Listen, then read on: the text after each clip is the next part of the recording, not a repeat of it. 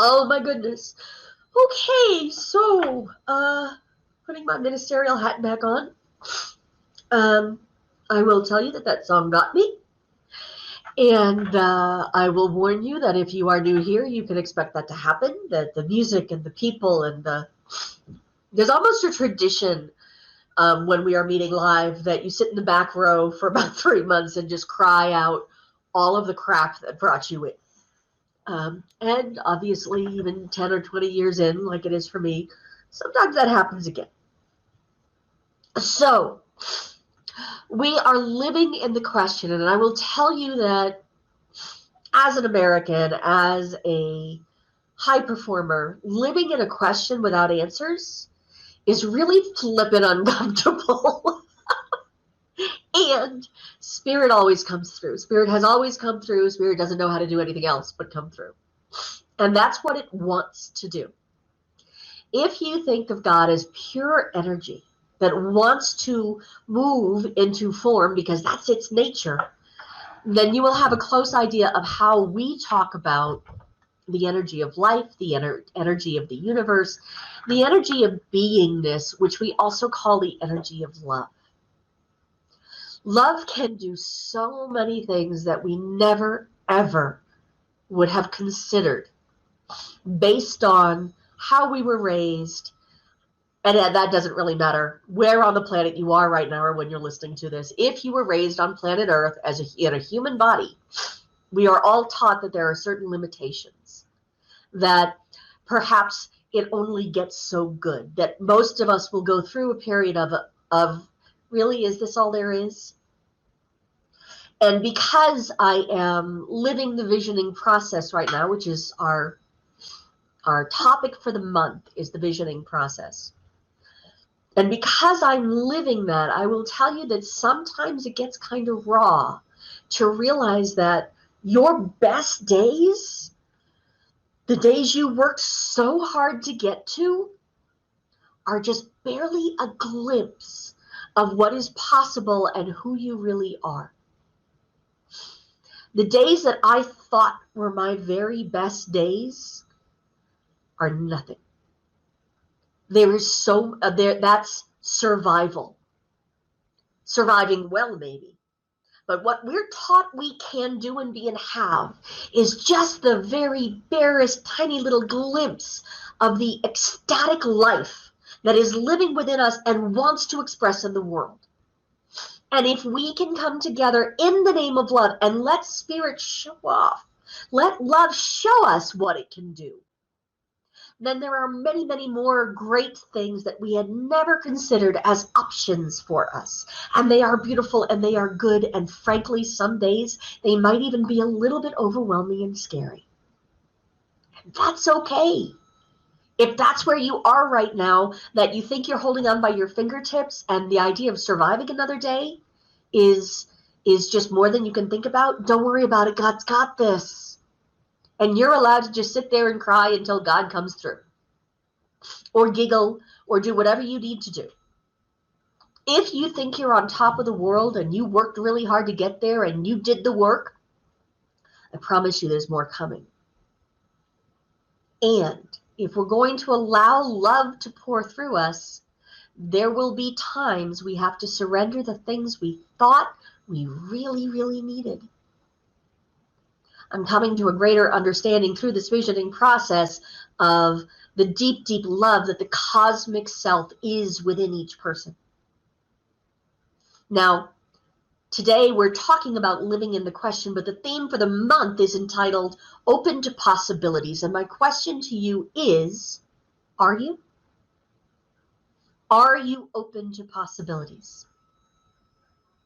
I have this, as I was writing this, I had this mental flashback to a scene in the very first Buffy the Vampire show, where somebody walks up to this blonde-haired, blue-eyed kid and says, into each generation, only a chosen one is born, and that person, that girl, woman, becomes the slayer of vampires. And she goes, no. Actually, she takes her lollipop out of her mouth and goes, no. And for many of us, we know we've touched that real vision because, frankly, in my ministerial role, I would shove that lollipop definitely into my mouth in order to edit everything that I was thinking before the word no. But, it's a really basic sci-fi or fantasy trope. Somebody is living their life. You are living your life, and somebody comes to you and walks out of nowhere and splits time and space, or flies in with dragon wings or angel wings or whatever, and says, you are the lost prince or princess of. You are the chosen one we've been waiting for. If someone were to tell you that today, if I were to tell you today that you are the next coming of the Christ, that you are the next chosen one, what would you do? Are you open to the possibility that not only are you that incredible, magnificent soul that you have been waiting for, but that you have all the support and the help and the superpowers that you need in order to enact that massive power that you actually do have? So many of us have spent our lives trying to hide from that. People used to ask me why I became a minister. How did I get the call? And my answer for a very long time was a very serious, God was drunk dialing, and he accidentally got me. I have not actually heard from a minister who thought, yes, God absolutely called me because I am that kind of awesome and I have all that power and I know exactly what I'm doing. Actually, if I hear that, it terrifies me. That sound of, I know what I'm doing, tells me that they have no clue what's going on. So if you're feeling a little out of your depth in your spirituality, that's fantastic. We're all out of our depths. We're out of our minds sometime, and that might be the best thing that ever happened to us, because there is what we call the one mind, where all wisdom and all questions and all answers actually live. And if we can get out of our little mind, what Emerson called our bloated nothingness that we needed to get out of the way, if we can get out of that, then we can step into our greatness. Then we can step into that, oh my God, I am Wembley Stadium, packed full, amazingness. And that is who God within you wants to be. Now, if you don't like the word God, I don't care if you put in the word potato. It doesn't really matter. The divine spirit, the ineffable, unspeakable beingness knows who we're talking about and what we're talking about. So if you are willing to be that chosen one, at least for yourself, take a moment and notice that. If there's the least little teeniest, tiniest atom worth of yes in you to living a magnificent, powerful, joy-filled life, take a moment and claim it. In humanistic psychology, which started in the 50s and 60s of the 19th century, which was, about 75 years ago, we talked about being an actualized individual. We talked about individuation as the process through which we became full, responsible adults, allowed to be all alone in our heads without adult supervision, as a Jan Van Zandt would say. I would remind you, or I was reminded this week, and so I'll share with you, to be an individual means undivided from the whole. Who you are, the wholeness of who you are, is a lot more than you think it is. It is the cosmic Christ that is living through you. And even if there's just a little pin prick through which that Christ itself is living, that is who you are. Our job in this teaching is to open up that space and allow more of it to flow through until we recognize the Christed beings, the Buddhas, the Atman that we all are. The gods and goddesses that we were promised in the Bible that we absolutely are, that we are the sons and daughters of the Most High right now, beloveds, right now. Not in 20 minutes, not when we've lost 10 pounds, not when we have enough in the bank account, not when somebody approves of our plans or hopes and dreams, not when we have full-throated support from every human being on the planet because we've done enough to please everybody. That is not who we are, and that is not what we do. What we do is get good with the God within us, get into integrity and into right relationship with the infinite spirit that is our cosmic self, and allow that power to flow through us. And yeah, sometimes it looks like uncontrolled giggling, and sometimes it looks like wanting to hide under the bed and standing up and speaking our truth anyway. And sometimes it looks like tears, and that's okay. We come here, as I have said many times before, into this congregation, into this community, to be loved as we are. And we show up, as I have said many times, whether we feel like Mother Teresa or Mommy Dearest that day. Because no matter how we're showing up in the world, we are there for the healing, and healing happens in these relationships.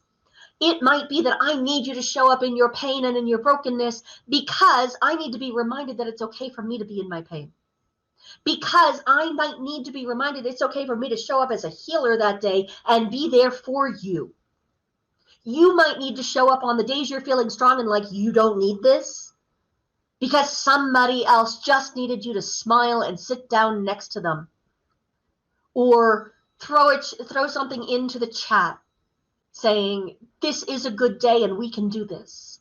We can build the world that works for everyone. We'll talk about the world that works for everyone because that is the vision of the Centers for Spiritual Living collectively around the world.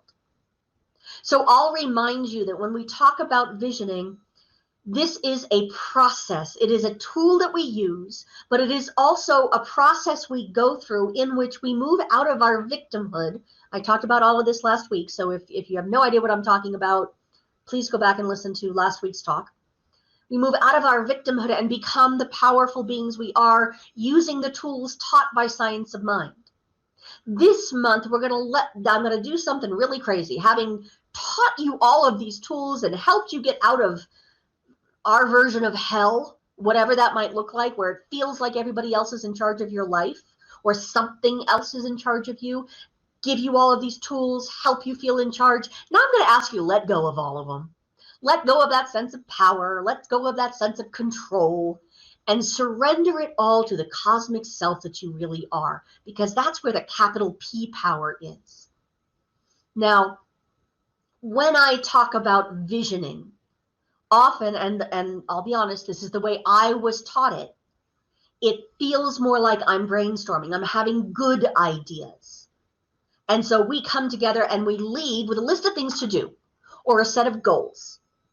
Sally Kastner, who is our practitioner today, once spoke a word that has stayed with me, in that if you walk out of a visioning with a set of goals, that was not a vision. A vision is bigger than anything you know how to do in this moment. If you knew how to do it at the human level, you would not need to contact your cosmic self. In this culture and in this time, for the most part, we are, and in stage 2, we are taught where there's a will, there's a way, and we can make these things happen, and we are responsible for our own lives. Guess what? In Kingdom 3, when we're doing visioning, where there's a will, there's a wall.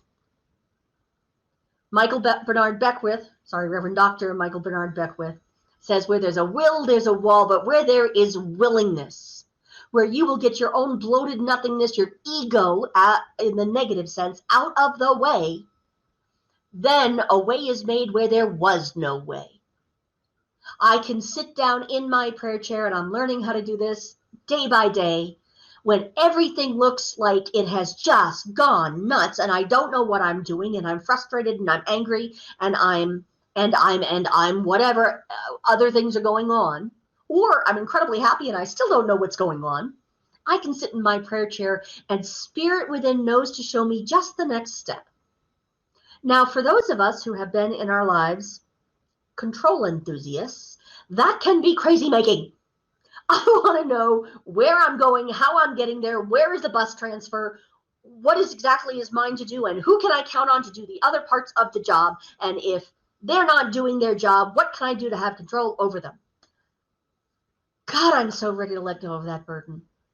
And I have laid that burden down over and over again, because this is not a one-shot deal, guys. We do visioning, we get into our cosmic self, we take a step forward. We do more visioning, we do more prayer, we do more checking in with our cosmic self in order to find out what is the next step. Martin Luther King, and I'll paraphrase here, Martin Luther King said that we don't always get to know what the next step is. We just need the one rung that's ahead of us. And so that is how we climb this mountain. That is how we get to the upper reaches, the secret place of the Most High that lives deep, deep within us. We go within. So I know that I talked about how there's actually 4 stages. Stage 1, we're kind of at the effect of everything. We're not the doer, we're done to. Stage 2, we become the doer. Stage 3, things get done through me. I become the instrument of thy peace. I become the channel through which spirit, in all its magnificence, gets stuff done. In stage 4, I would just put a question mark, because that is where things get, where God is in the world as me. And very, very few people live there, but some of us have had a taste. Let me share with you, we did a series of visionings in a class that I am teaching for practitioner students. And in the visioning in class, I only got so far as to see that I was a bubble. I was a balloon. And at the end of the time we had in class, the balloon popped and I couldn't see anything in there. That was terrifying. If I let go of all of my degrees and this is why I'm worthy to be on the planet and this is how I earned my air for the day, if I let that balloon pop, there might be that moment of, and I have 2 master's degrees, so I can use that term. What happened though was you can't stop in the middle of the story. You have to go back and see the, act 2. I went back into the visioning and what I saw on the bottom was a lotus flower.